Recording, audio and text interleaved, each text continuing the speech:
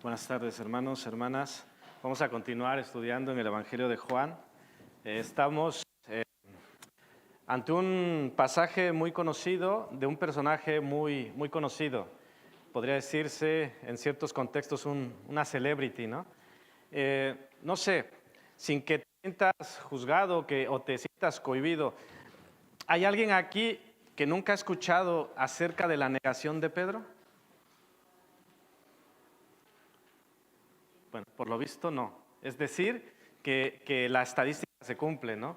De cierta manera, más o menos, hemos escuchado de Pedro y hemos escuchado de este pasaje. Por eso os comento que estamos ante un pasaje, pues, muy conocido. A lo mejor no siempre bien entendido, pero sí muy conocido. También debo deciros que este pasaje se encuentra en los 4 evangelios.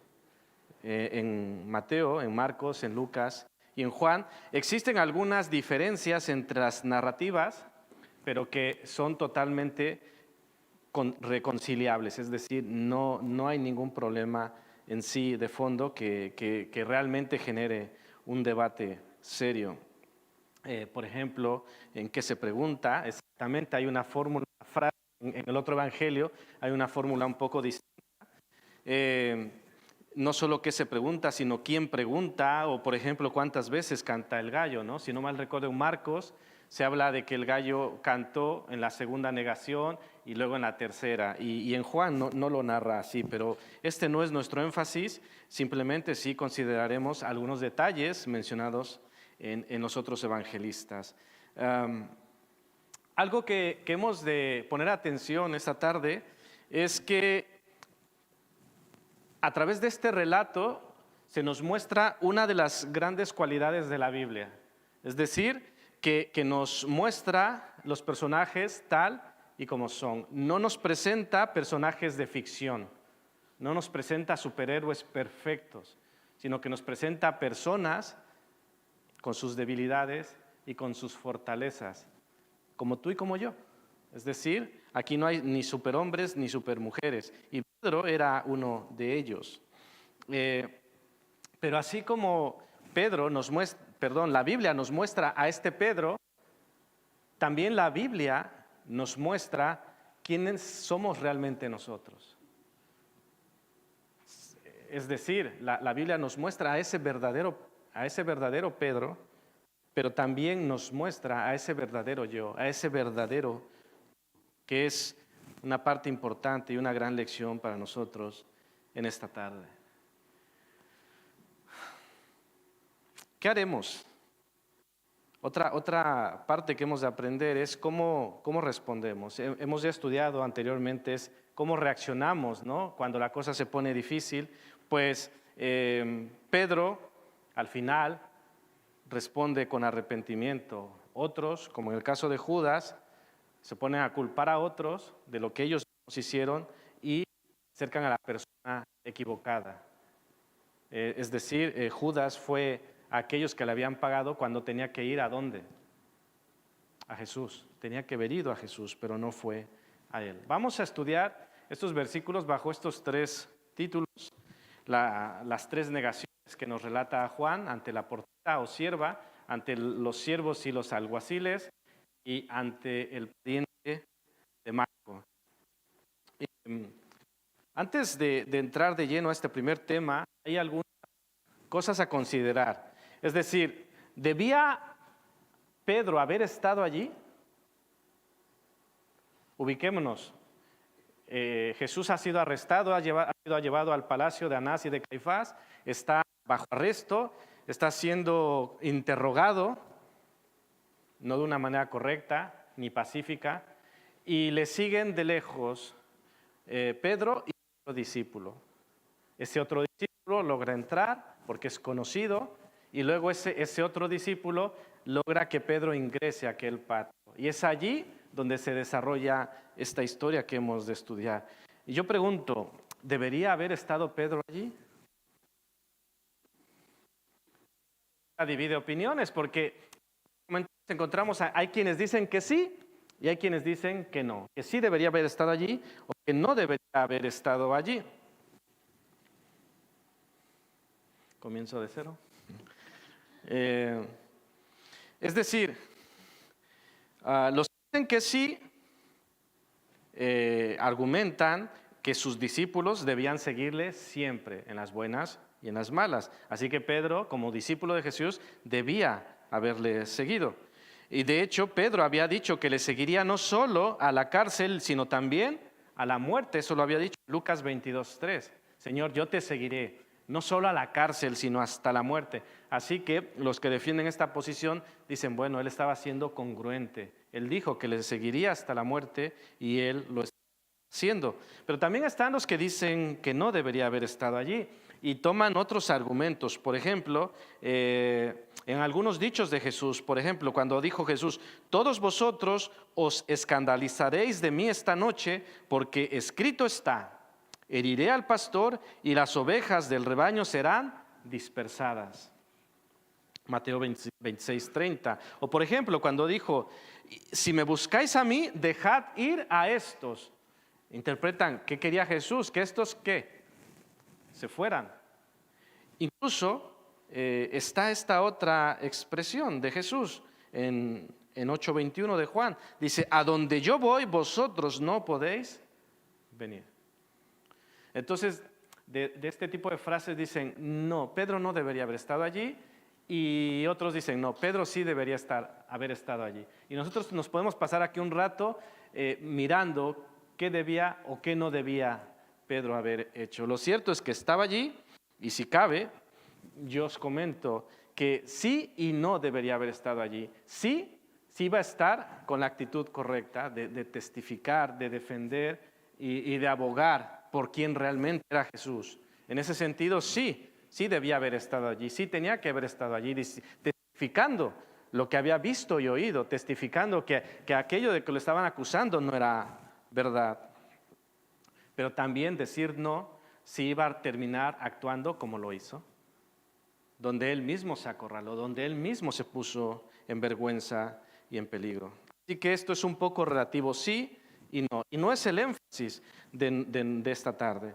Otro tema que divide opinión, hace ratos decía que Pedro y otro discípulo siguieron a Jesús. Y hay quienes se ponen un rato largo aquí a decir, ¿quién era ese otro discípulo? ¿Habéis escuchado de esto? ¿Quién era ese otro discípulo? Bueno, está los que dicen que era Juan, y hay argumentos a favor de esto, pero están también los que dicen que no, que era otro. Por ejemplo, Nicodemo o José de Arimatea o incluso otros. Básicamente, o basan sus argumentos en decir cómo un simple pescador iba a tener una relación estrecha con los líderes. Los que tienen que sí dicen, no, es que podría haber sido su proveedor de pescado y por eso le conocía. Se empieza a enrollar la cosa. No sabemos quién era ese otro discípulo y tampoco es el énfasis de esta tarde. Podríamos pasar un rato estudiando esto, pero lo que quiero que nos enfoquemos es en lo que se nos repite 3 veces. Es decir, si hay algo que se repite 3 veces, tiene una importancia y es lo que sucedió. No solo se repite porque se esté repitiendo, sino que sucedió 3 veces, es lo que quiero decir. Es muy interesante, me pareció muy interesante algo que leí de un comentario que relaciona este suceso con el Salmo 1:1. ¿Qué dice el Salmo 1:1? Pues dice lo siguiente, bienaventurado el varón que no anduvo en consejo de malos, ni estuvo en camino de pecadores, ni en silla de escarnecedores se ha sentado. Fijaros las acciones, anduvo, ni estuvo, y se ha sentado. Y esto hace un paralelo con lo de Pedro. Pedro primero anduvo en consejo de malos cuando siguió a Jesús y entró en el patio de la casa del sumo sacerdote. Pedro debía haber seguido el consejo de Jesús y salido rápidamente. Luego, Pedro estuvo con el enemigo junto al fuego. Es decir, anduvo en consejo de malos, estuvo en camino de pecadores y finalmente, poco después, se sentó con el enemigo. Así lo relata Lucas 22:55, que Pedro no solo estuvo de pie un momento, pero se sentó con ellos junto al fuego. Y eso es el paralelo que va con ni en silla de escarnecedores se ha sentado. Esto es un poco la descripción de las acciones de Pedro en ese momento. Y evidentemente, como dice, bienaventurado aunque no hizo esto. Pues en este caso, en este momento, Pedro no fue bienaventurado, no hizo lo que debía haber hecho. Bueno, vamos ahora sí a la negación ante la portera. El versículo 17 nos narra este primer encuentro que ya lo hemos leído. Dice, entonces la criada portera dijo a Pedro, ¿no eres tú también de los discípulos de este hombre? Dijo él, no lo soy. Las cosas estaban sucediendo muy rápido. La escena anterior es el arresto en el huerto. Muchos hombres hemos estudiado que llegaron armados. Hubo traición, hubo decepción, hubo muchos sentimientos encontrados. Y las cosas estaban pasando de una manera muy rápida. Costaba asimilar. Y no dudamos en que Pedro fue sorprendido por todo esto. No, quizá no sabía cómo reaccionar, no sabía cómo actuar. Estaba siendo superado por la situación, y es entendible. Pero en medio de todo esto se encuentra con esta pregunta de frente, le golpea en la cara. ¿No eres tú también de los discípulos de este hombre? Os hago una pregunta complicada. ¿Es sencilla esta pregunta?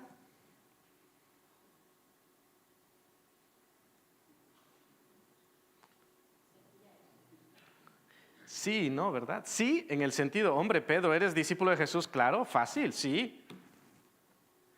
Pero cuando él responde, no lo soy, es que esa pregunta tenía algo. O más bien, no la pregunta, él tenía algo. Que de lo fácil que hubiese sido decir, sí, yo soy Pedro, seguidor de Jesucristo, pues él dijo, no lo soy.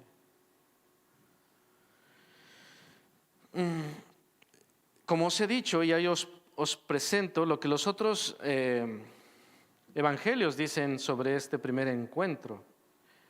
Os comparto lo de Mateo y lo de Marcos.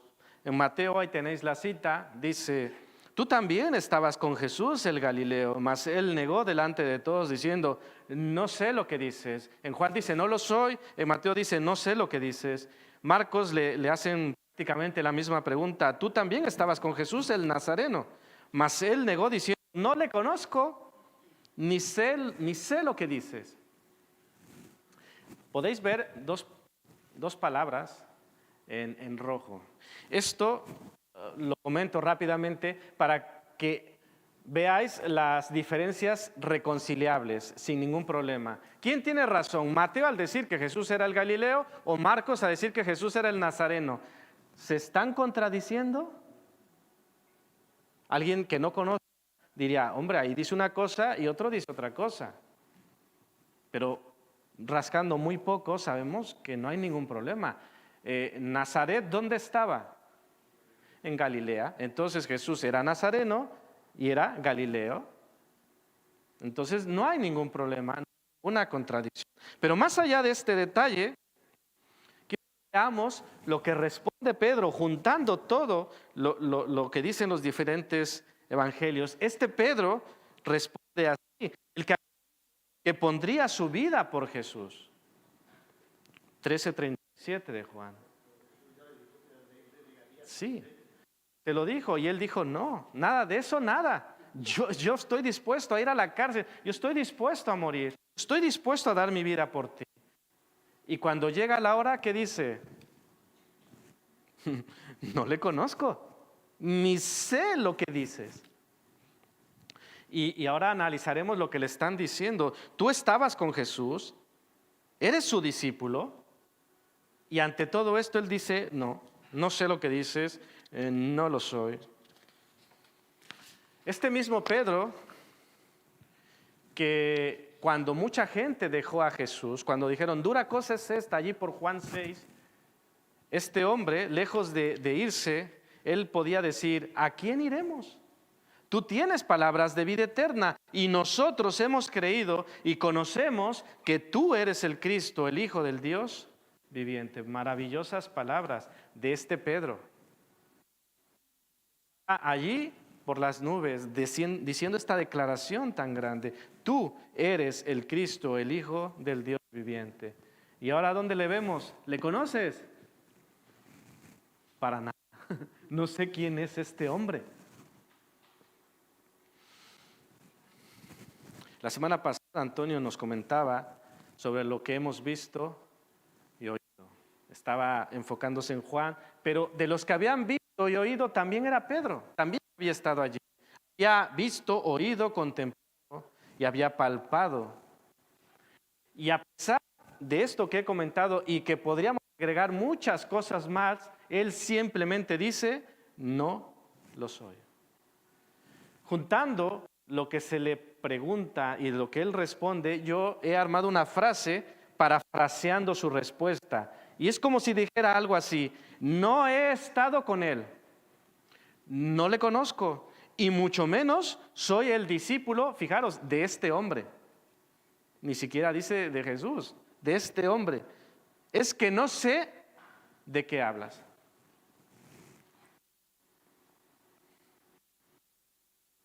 ¿Cómo veis a nuestro buen amigo Pedro?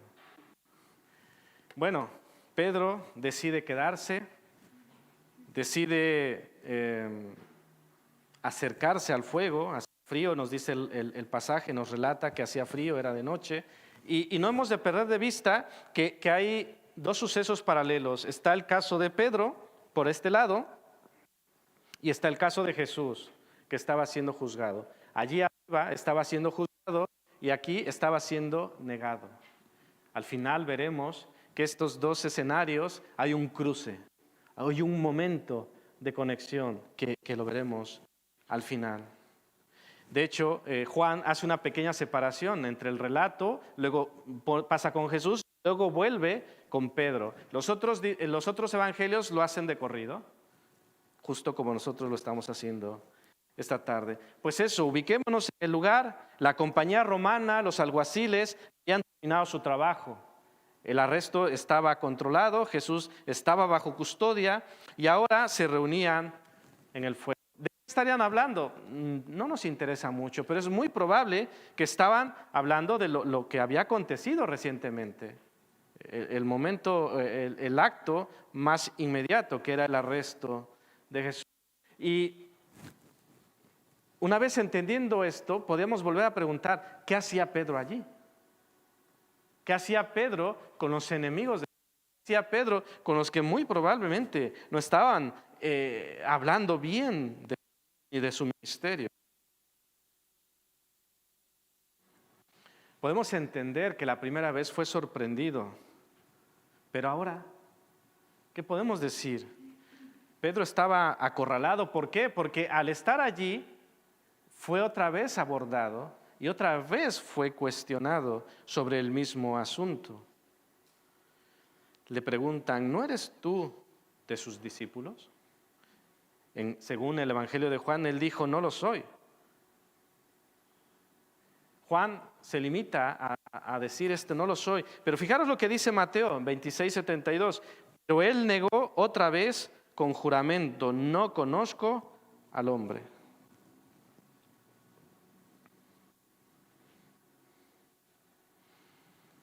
Aquí hay cosillas. Mateo se habla de que otra sierva, Marcos no, que la misma sierva le volvió a ver. Eso no es un problema y no quiero que nos metemos allí. Lo que me quiero enfocar es en la respuesta de él. Él negó otra vez y ahora lo hace con una agravante, con juramento. Quizá en nuestro contexto inmediato y actual, eso del juramento a lo mejor no tiene gran trascendencia, debería tenerla, y sobre todo en el contexto cristiano. Pero en aquel momento y en aquel contexto judío, un juramento tenía especial importancia. Y Pedro se atrevió a negar con juramento, lo cual no es poca cosa. Fijaros lo que dice Levítico 19:12, y lo podréis comparar con Santiago 5:12. Dice: y no juréis falsamente por mi nombre, profanando así el nombre de tu Dios, yo, el Señor. Lo interesante está en que el término utilizado en el griego es orcos, que significa juramento. Esta palabra tiene el sentido de una promesa solemne, pero fijaros, usualmente invocando a un testigo divino. Es como el clásico, te lo juro por Dios. Tenía esa implicación. Entonces, cuando él dice, no le conozco, con juramento, fijaros la implicación que tenía esta acción. Pedro dijo bajo juramento que no conocía otra vez a ese hombre. ¿Tanto se atrevió Pedro, diríamos? ¿Hasta allí llegó? Y tendremos que decir que sí, que hasta allí llegó. Vamos al tercer punto. Ahora el relato nos lleva ante el pariente de Malco, 26 y 27 de capítulo 18. Dice, uno de los siervos del sumo sacerdote, pariente de aquel a quien Pedro había cortado la oreja, le dijo, ¿no te vi yo en el huerto con él? Negó Pedro otra vez y enseguida cantó el gallo. Pedro, hemos mencionado anteriormente que cometió un grave error en el huerto, un error que le pudiese haber costado cárcel o incluso azotes o la muerte. Hirió al siervo del sacerdote. Y entre ellos estaba un pariente de Malco. Él había estado físicamente allí, quizá con la penumbra, no estaba totalmente seguro, pero fijaros la pregunta, ¿no te vi yo en el huerto con él? Casi decía, ¿no fuiste tú aquel que hirió a mi pariente, a mi familiar? Veamos el relato de Mateo y de Marcos que está allí. Verdaderamente tú eres de ellos porque eres Galileo y tu manera de hablar es semejante a la de ellos. Entonces, fijaros la respuesta de Pedro. Entonces él comenzó a maldecir y a jurar. No conozco a este hombre de quien habláis. Y Marcos,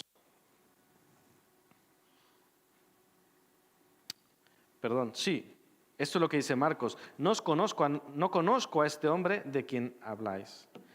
Comenzó a maldecir y a jurar. Entonces, fijaros cómo esto va en un incremento de el no le conozco inicial a después decir lo mismo bajo juramento para terminar jurando y maldiciendo que no conocía a tal hombre. Katatematizo, dice el término en griego, maldecir, jurar invocando una maldición sobre uno mismo u de otro en caso de fallar. Es como decir que me parta un rayo que no conozco a tal hombre. Si tuviera que darle cierto énfasis a Pedro, tendría que levantar la voz. Estaba allá, dejadme en paz, que no le conozco, entendedlo. Con juramento y maldiciendo, Pedro estaba en un grado de intensidad. Y dice el versículo 27, y enseguida cantó el gallo. ¡Wow! Fue lo que rompió todo ese momento, ¿no? Pedro estaba hasta arriba, estaba frustrado, estaba bloqueado, estaba de todas formas, pero de repente hay un sonido que rompe todo eso. Y dice el texto, enseguida. Cuando él dijo, no le conozco, enseguida. Es que no tuvo ni que, a ver, falló, no, ahora sí, no, espera, ahora no, enseguida cantó el gallo. Hay mucho que aprender de este pasaje, de esta faceta de Pedro. Quiero que veamos 3 aplicaciones que podemos aprender de esto. Acercándonos al enemigo. Quiero hacer una reflexión, una aplicación sobre el Salmo 1:1. Una aplicación a nuestra vida. Es decir, cuando comenzamos a tolerar lo malo, dice Salmo 1:1, el que no anduvo en consejo de malos. Escuchar al mundo, tolerar lo que dice el mundo, normalizar lo que dice el mundo. ¿Cuál es el siguiente paso? Pues nos acercamos al mundo. ¿Para luego qué? Para terminar sentándonos con el mundo. Es un camino bien reconocido. Esta semana hablábamos con los jóvenes sobre un ejemplo de si tú tomas un bus, un tren o un avión, que tú sabes cuál es el destino. Va a pasar por varias estaciones. Pueden parecerte buenas, pueden parecerte malas, pero al final, ¿a dónde va a ir? El mundo, hermanos, según lo sabéis, pero sobre todo según lo dice la Biblia, ¿cuál es su destino del mundo?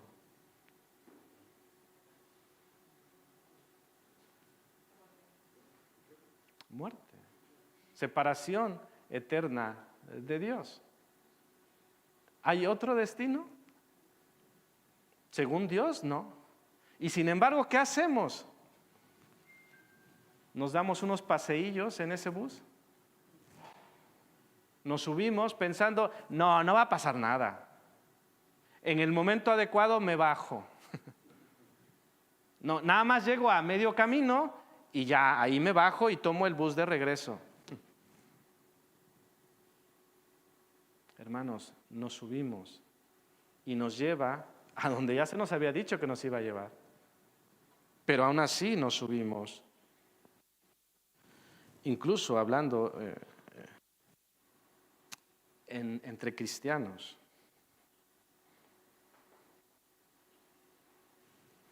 Dice, leí esto en un comentario, dice, mala cosa es querer calentarnos con aquellos en cuya compañía estamos en peligro de quemarnos. Pedro se acercó a aquellos que se estaban calentando en el fuego. Se podía quemar. Uno de los relatos de los evangelios nos dice que Pedro seguía a Jesús de lejos, un poco con cuidado, porque claro, tenía temor de lo que podía pasar. Pero pensemos, seguir a Jesús de lejos, pero sentarnos con el enemigo.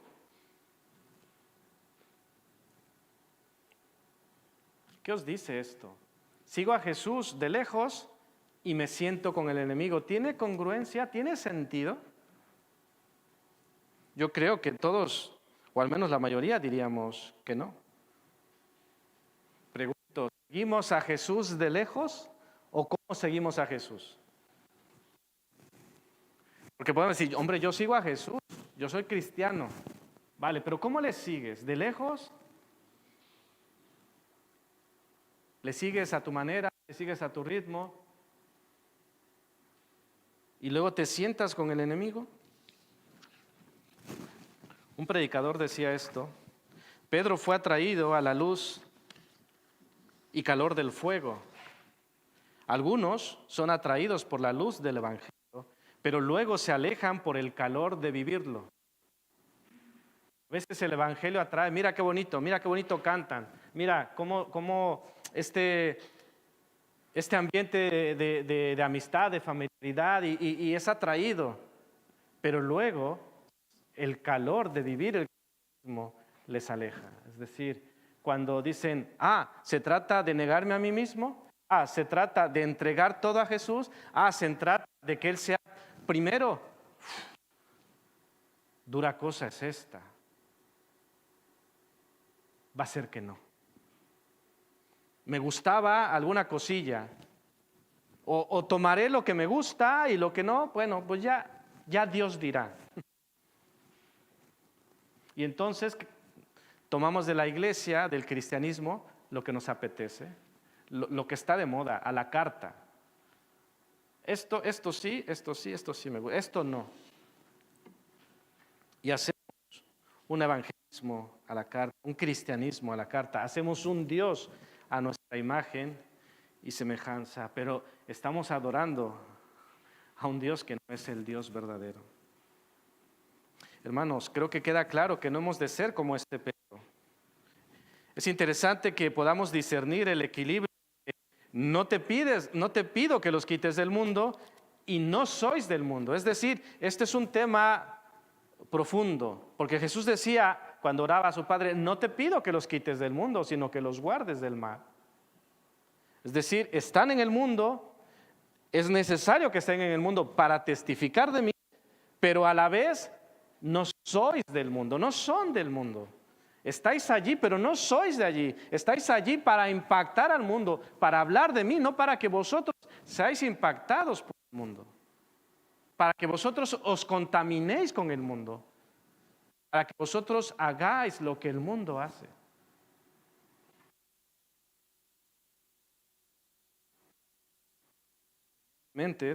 Así como no tenemos que identificarnos con este Pedro, evidentemente no hemos de identificarnos con Judas, pero pensándolo bien, tampoco hemos de identificarnos o de comportarnos como la portera, como los alguaciles o como el pariente de Malco, por ejemplo. ¿Qué quiero decir con esto? Estos, aunque de cierta manera se justificaba el momento y tal, pero estaban de preguntones. ¿No eres tú aquel? ¿Tú eres aquel? ¿No estabas tú con él? ¿No eres tú uno de tus discípulos? Y este comportamiento me lleva a pensar en uno que a veces solemos tener nosotros. ¿No eres tú el que se equivocó el año pasado? ¿No eres tú el que hizo este? ¿No eres tú el que cometió ese error? ¿No eres tú el que dijo esto? Y no eres tú, y no tú eres aquel, no eres el que no sé qué. Y no dejamos de recordar a los demás sobre ciertas cosas, sobre lo mal que han hecho algo. Hermano, Jesús no lo hizo. Jesús no pagamos nosotros tampoco. Y sobre este primer punto de aplicación, estaba analizando el texto y vino a mi mente algo como la negación invertida.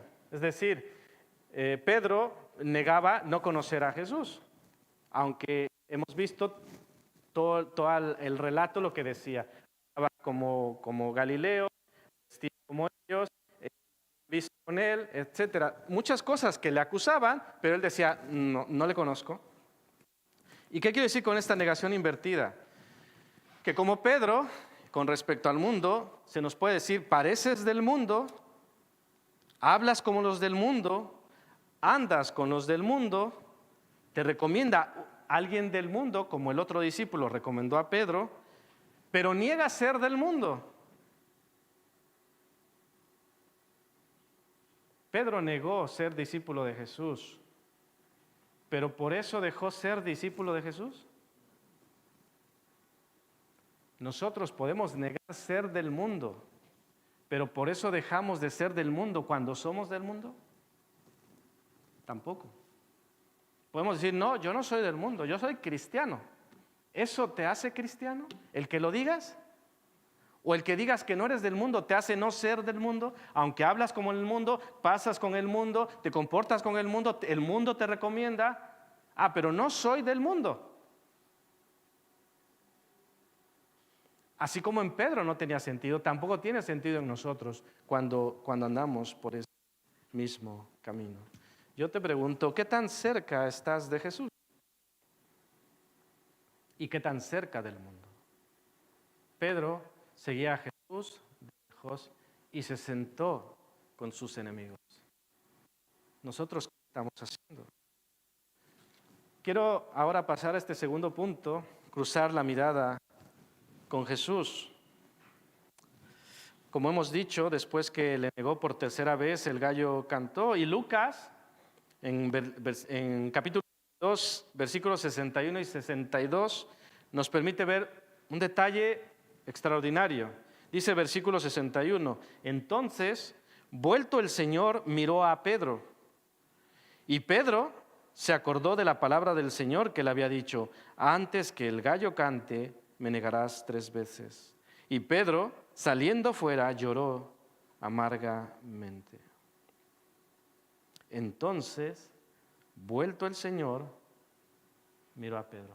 ¿Os imagináis esa escena?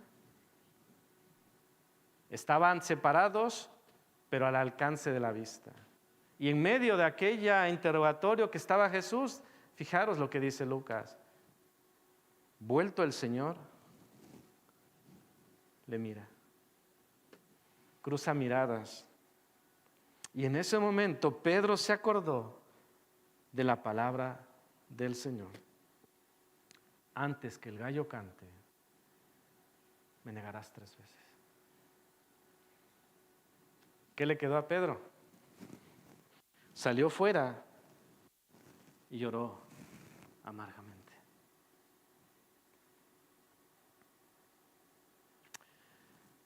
¿Qué hacemos al fallar, hermanos? Pedro falló. No podríamos decir que no falló. Pedro falló, pero no estamos aquí para Pedro, estamos aquí para aprender una lección en base a lo que Pedro le pasó. Porque nosotros estamos representados aquí. Por eso el título. ¿Tú cuántas veces has negado a Jesús? Estamos estudiando que Pedro le negó 3 veces. Pero ¿y tú cuántas veces? ¿Y yo cuántas veces? Ya te puedo decir que yo le gano a Pedro. Así que aquí no estamos para decir, uy, Pedro, madre mía, no. Porque yo he fallado y le he negado más veces que Pedro. Es muy triste que a día de hoy, en ocasiones, le sigamos negando con nuestros comportamientos, con nuestras vidas, con nuestras palabras. A día de hoy, tú y yo, siga negando a Jesús.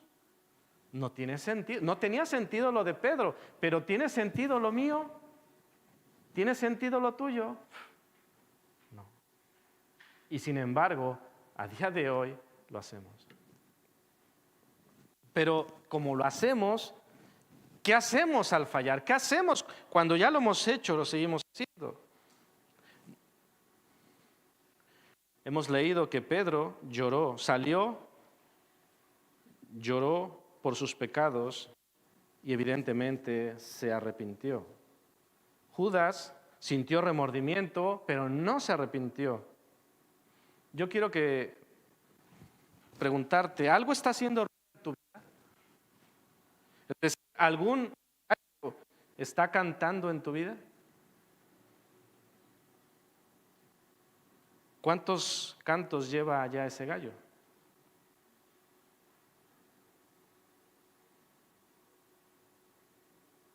Pedro escuchó el gallo y vio a Jesús que le miraba y él reaccionó. ¿Qué necesitamos nosotros? Porque Jesús está allí mirándonos, no con recriminación ni con juicio, pero nos está mirando, nos está diciendo, aquí estoy. Reconoce que me necesitas, reconoce que necesitas hacerme el primero en tu vida. Aquí estoy. Pero así como he preguntado, ¿qué hacemos al fallar? ¿Qué hacemos cuando la gente nos falla? Claro, cuando yo fallo, que haya misericordia y gracia y todo, ¿no? Pero cuando la gente me falla a mí, no. Entonces no. Claro. Misericordia y gracia para mí. Misericordia y gracia para los demás. Sí, ¿no? Fijaros, pensemos en lo que estaba pasando en la vida de Jesús en aquellos momentos. Venimos del aposento alto. Jesús, ¿qué había hecho en el aposento alto? Se había inclinado, se había remangado y ¿qué había hecho? Había lavado los pies a sus discípulos, dándoles una gran lección de que se sirvieran los unos a los otros. Había estado enseñándoles, había estado compartiendo el pan, había estado celebrando la Pascua con ellos. Incluso lo que hemos leído recientemente, había ¿qué? Juan 17, orado por sus discípulos, había estado intercediendo por los suyos, había hecho el bien toda su vida, no había cometido ningún pecado, no había hecho daño a nadie, había dado amor, amor y amor, sanidad, palabra de vida. ¿Y qué recibió de parte de los hombres? Maltrato, acusaciones, negación, traición, abandono, muerte. Pero ¿qué recibió de parte de Dios? ¿Qué recibimos de parte de los hombres? ¿Qué recibimos de parte de Dios? ¿Qué quiere decir con esto? Jesús solo hizo bien y no siempre recibió bien. ¿Qué hacemos cuando los demás nos fallan?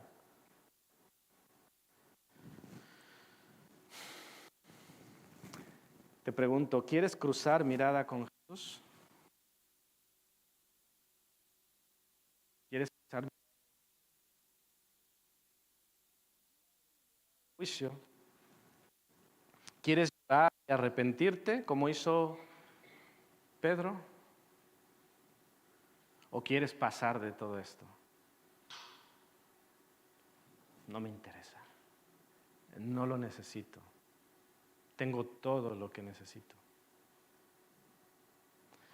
Finalmente, quiero que avancemos en este tercer punto, restaurado. Hay un texto que es muy interesante, Lucas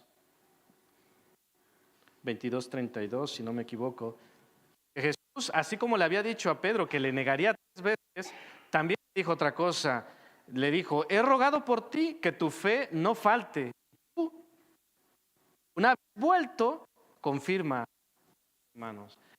Es decir, Jesús le dijo, vas a caer, me vas a fallar, me vas a negar, pero una vez vuelto,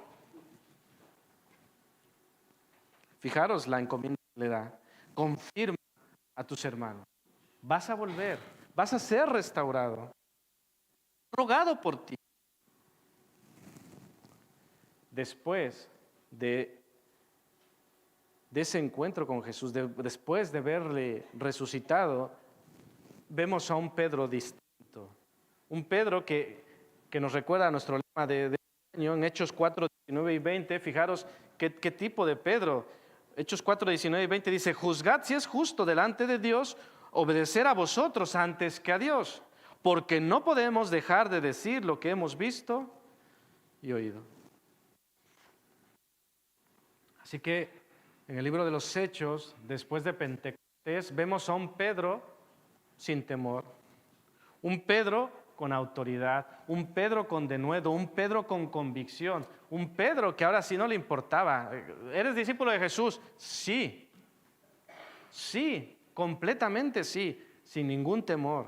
Y vemos a ese Pedro con tal convicción predicando el Evangelio y muchos caían a los pies de Cristo, 3,000 y 5,000 en aquellas ocasiones, de Hechos 3, Hechos 5. Pero lo que yo quiero que pensemos, que así como Pedro fue restaurado y que Jesús pidió por Pedro, Jesús también ha rogado por ti y por mí. Y también quiere y puede restaurarnos. También puede y quiere restaurar. Dice 2 Corintios 5:17, si alguno está en Cristo, nueva criatura es. Las cosas viejas pasaron, he aquí todas son hechas nuevas. Lo hizo en Pedro y lo puede hacer en ti.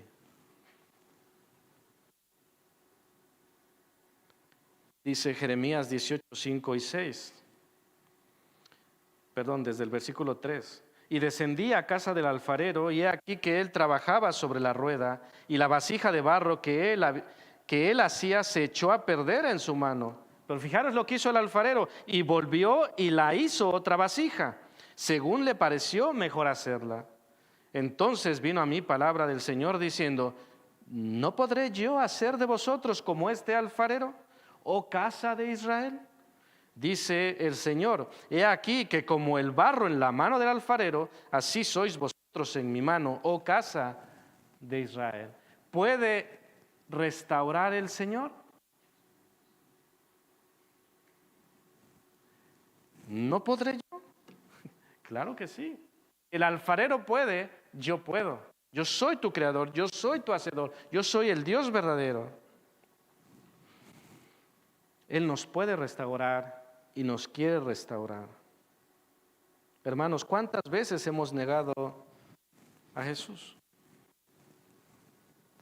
Así como he dicho que la Biblia revela a este Pedro, también nos revela a nosotros, pero también la Biblia nos muestra a Cristo y lo que podemos ser en Él. Lo que somos y podemos ser en Él. La Biblia nos dice, eres pecador, sí, no nos gusta, pero nos lo revela porque es la verdad. Pero nos dice, pero mira, hay salvación, hay vida eterna en Cristo Jesús. Si tú crees, si confiesas con tu boca que Jesús es el Señor, serás salvo. Entonces, es maravilloso que hay unas partes que no nos gusta porque nos desnuda, nos revela nuestra condición, pero no lo hace para machacarnos y para acabarnos y tirarnos a la basura, sino lo hace para salvación. Dice, has pecado, estás en camino de muerte, pero hay vida eterna en Cristo. Es decir, puedo restaurarte, permíteme restaurarte, porque Él no lo va a hacer a la fuerza. ¿Quieres ser restaurado por Jesús? Yo sí. Yo sí. Espero que tú también. Aunque ya creas en Él, Él sigue restaurándonos. Y si no crees en Él, es el tiempo. Es el tiempo. ¿Quieres ser restaurado por Jesús? ¿Quieres dejar de negarle? Yo sí quiero dejar de negarle.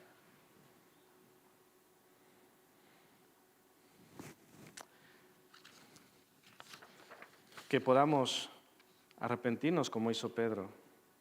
Podemos seguir a nuestro Señor de cerca y que el mundo, salvo para testificar, salvo para hacer lo que tengamos que hacer, esté muy lejos. No estoy hablando de hacernos ermitaños, pero apartados de lo malo.